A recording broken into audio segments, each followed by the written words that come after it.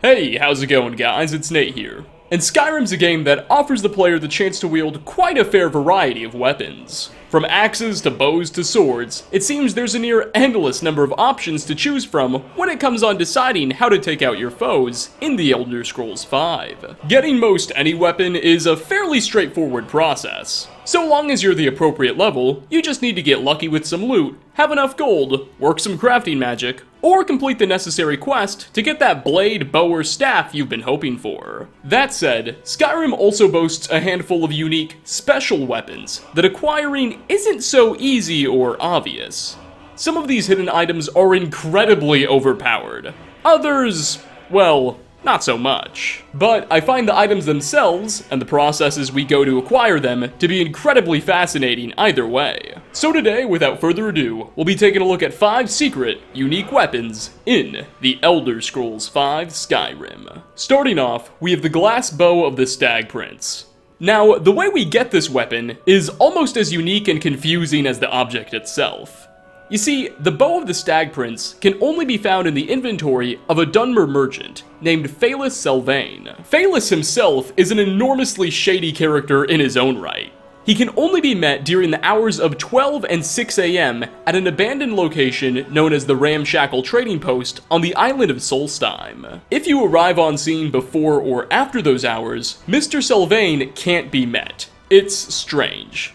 When you are in his presence, he dons an awkward mix of armors, wearing a pale guard's helmet and an ebony chestplate. Point is, this guy's really weird. Anyway, you're probably now thinking, okay, great, he's a merchant, so I should just walk up to him and purchase the Stag Prince bow, right? Well, it's not so simple, because Bethesda seems to have messed up when they were assigning this elf his AI packages. And he will actually have the bow equipped when you meet him, meaning it won't be for sale. Plus, he's an essential NPC. So the sole method to get this item is to unlock the Perfect Touch perk from the pickpocketing skill tree, which lets you pickpocket equipped items, and steal the bow from Phalis that way. But once you've gone through that whole process, the glass bow of the Stag Prince will be yours. And man, is it worth it. The base damage of the weapon is 16, just 1 point shy of the ebony bow. Plus, it has the same incredibly fast fire rate of normal glass bows at 0.65. So overall, this is a formidable shooter already. But the GBSP also has a special, and somewhat cryptic enchantment that cannot be ignored. The description of it reads, quote, "Wielder receives an increasingly powerful blessing for every 20 animals killed by the bow." Now, you may notice, Skyrim doesn't tell you what that increasingly powerful blessing is exactly, which is kind of a big deal. Well, looking at the game's files, as well as just doing some general testing, reveals that the blessing is a +5 boost to health and stamina when the bow is equipped. For every 20 animals killed, you'll earn another 5 points, but it caps at 100 creatures slain. So, assuming you murder 100 woodland critters to death with the bow, you can get yourself up to 20 extra health and stamina points when you have it equipped. Which really is something for a bow. Typically, we only see armors give those benefits. Furthermore, the name Stag Prince is an alias for Hircine, Daedric Prince of the Hunt. So this bow's name sort of translates to Glass Bow of Hircine. And considering that its enchantment relates to hunting, plus the fact we find it on Solstheim, setting of Morrowind's Blood Moon DLC, which Hircine was the main antagonist of, are all neat little references to this oh-so-spooky Daedric god. Anyway, what are you waiting for? Go pick up his bow and get ready to please this divine being. Next on our list is not a bow, but a blade. Specifically, an axe. To find this one, you'll have to head over to Halted Stream Camp, a bandit stronghold just north of the city of Whiterun. One of the many quirks about this cleaver is that it will spawn on one of the bandits here, but which bandit will have it is random. So make sure after fighting your way through this place, you check all of the corpses. Although, more often than not, it will spawn in the inventories of one of the bandits inside the cave itself. Once you've taken this special axe from the cold, dead, probably unwashed hands of a raider, she's all yours. Before we go any further, I should warn you, I never said all of the secret weapons featured in this video were particularly good weapons, okay? Because this axe is kind of pathetic. With a base damage of 5, it's put to shame by steel daggers. The Poacher's axe does, however, come with a unique enchantment, the Huntsman's Prowess, which allows it to do a whopping 3 extra points of damage against animals. It's also worth noting that the axe has a swing speed of 1.3, making it swing just as quickly as most daggers, considerably faster than normal axes. But as mentioned, you're probably just better off using a dagger at that point. Initially, I found the Poacher's axe incredibly confusing. It's an objectively bad blade, but for whatever reason, Bethesda decided to give it its own name, enchantment, and make it radiantly spawn in on a bandit. However, then I began to take a closer look at Halted Stream Camp, the place we find the cleaver to begin with, and things then started to make more sense. Indeed, the bandits at this place seem to be running a major ivory poaching operation. All over the interior, the skulls and tusks of mammoths can be found. Heck, they've even got a slain one right in the center. It would appear the tribe has been hunting the big furry elephants for their tusks and snouts. All these bandits are illegal poachers, hence the name Poacher's Axe. Alas, how on earth these people have been able to bring down mammoths with axes that deal 5 points of damage is a mystery I'm still very much trying to solve for myself. Coming in at number 3, this weapon is in fact among the first we get to feast our eyes upon in the entire game, boasting its own unique model and texture. I, of course, am talking about the Headsman's Axe. Technically speaking, we get to see 2 of these in-game. Of course, the one mentioned at Helgen, and the Headsman's Axe wielded by Atar, Solitude's executioner, as he's delivering justice to Rogvir. However, only the latter of the 2 is obtainable, as the one in Helgen just sort of disappears after the Headsman is killed by Alduin. So, to get the axe, you'll have to take it from Atar, either by just killing him, pickpocketing it, or doing his Radiant Miscellaneous quest and clearing out a bandit fortress for him, which will turn Atar into a potential follower, and from there, you can just make him trade the blade to you. Upon first inspection, the Headsman's Axe doesn't seem like anything to write home about.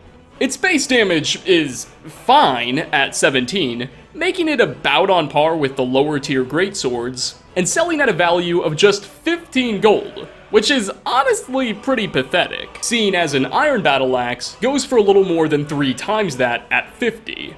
That all said, this object has one hidden advantage that makes it much more viable: its range. Generally, this is an overlooked stat. The Headsman's Axe has a range of 1.5, the absolute highest in any weapon in the entire game. So all you really need to do is walk backwards a bit when facing an enemy, swing this bad boy sporadically, and you can make it out of almost any battle taking minimal damage. Additionally, improving the axe at a smithy, as well as just adding a few enchantments and getting the right perks, can more than improve its damage to a much more reasonable degree, and turn the blade into a very useful option in combat.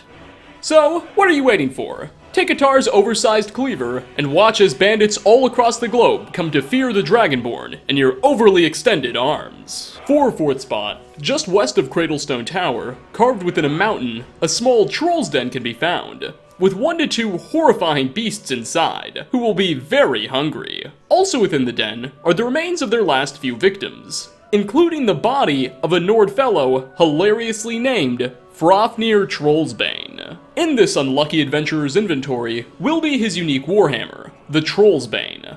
The Trollsbane is roughly identical in terms of stats to a normal steel warhammer, however, has a special enchantment that enables the object to do 15 points of burning damage when used against trolls. Much like the Poacher's Axe, Trollsbane really isn't anything special in the combat department.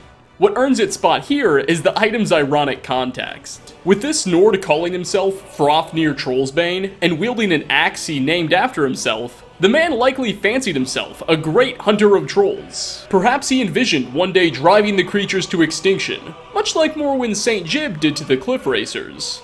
But clearly, whatever Frofnir's ambitions, when attacking this den, he must have just bit off way more than he could chew. And now, the trolls are biting and chewing on Frofnir.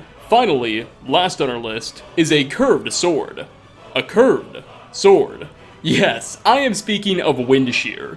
This Yokudan knife can be found aboard the Kataraya, the personal ship of Emperor Titus Mede II during the Dark Brotherhood quest Hail Sithis, when we are ordered to sneak aboard the vessel and assassinate said Emperor.